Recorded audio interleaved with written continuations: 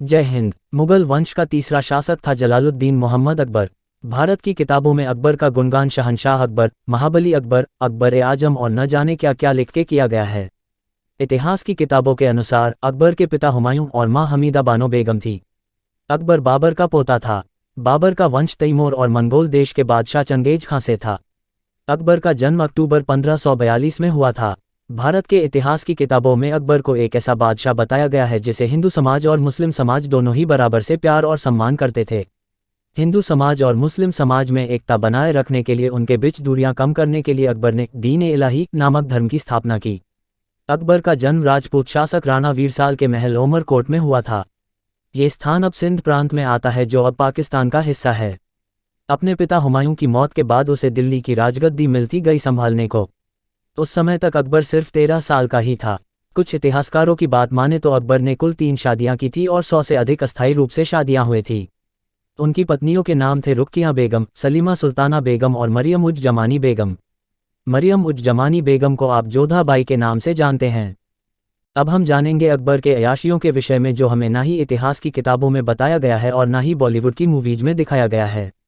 आईने अकबर नामक किताब के अनुसार अकबर अपने राज्य की प्रजा को मजबूर करता था कि वे सब अपने घर की महिलाओं का नग्न प्रदर्शन सामूहिक रूप से आयोजित करवाए। अकबर ने इसे प्रमोद दिवस का नाम दिया था।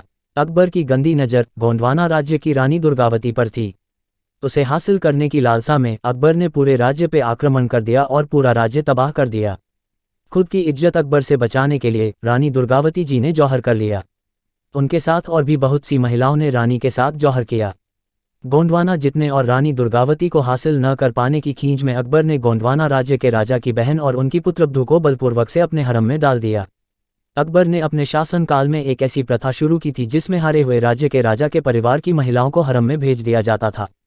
अपने जीवनी पर अकबर ने बताया कि अगर उसमें सही से बुद्धि होती, समझ होती तो वह अपने राज्य में किसी भी महिलाओं का अपहरण नहीं करवाता और न ही उन्हें हरम में भेजता।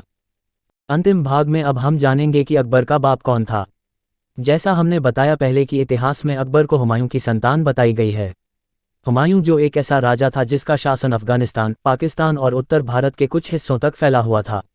सन 1539 में हुमायूं की लड़ाई सूरी साम्राज्य के संस्थापक शेरशाह सूरी से बिहार राज्य के बक्सर जिले के चौसा गांव में हुई थी। ये लड़ाई हुमायूं हार गया था। इस हार का बदला लेने के लिए उसने फिर से 1540 में गंगा तट के किनारे बसे कनौज राज्य में फिर से युद्ध किया। इस युद्ध में फिर हुमायूं की हार हुई। शेरशाह सूरी से अपनी जान बचाकर हुमायूं रणभूमि छोड़कर भाग गया था। इन हार से हुमायूं पूरी तरह टूट चुका था और एकांतवास की तलाश में 1541 में ईरान देश चला गया। ईरान जाने से पहले उसने अपनी बेगम को वीरसाल राजा के पास छोड़ दिया था उमरकोट में। शुरू में जैसे आपको बताया था अकबर का जन्म अक्टूबर महीने में हुआ था सन 1542 में। यानी तब तक हुमायूं को ईरान गए तकरीबन 1 साल का समय हो चुका था। अब आप सब समझदार व्यक्ति है, आप ही सोचें कि किसी इंसान को जन्म लेने के लिए 1 साल का समय कैसे लग सकता है। दुर्भाग्य की बात यह है कि हमारी इतिहास की किताबों में अकबर का सही से उल्लेख नहीं किया गया है और ना ही बॉलीवुड मूवीज में अकबर की क्रूरता दिखाई गई है, बल्कि इन सब के विपरीत उसे एक महान बादशाह बताया गया है।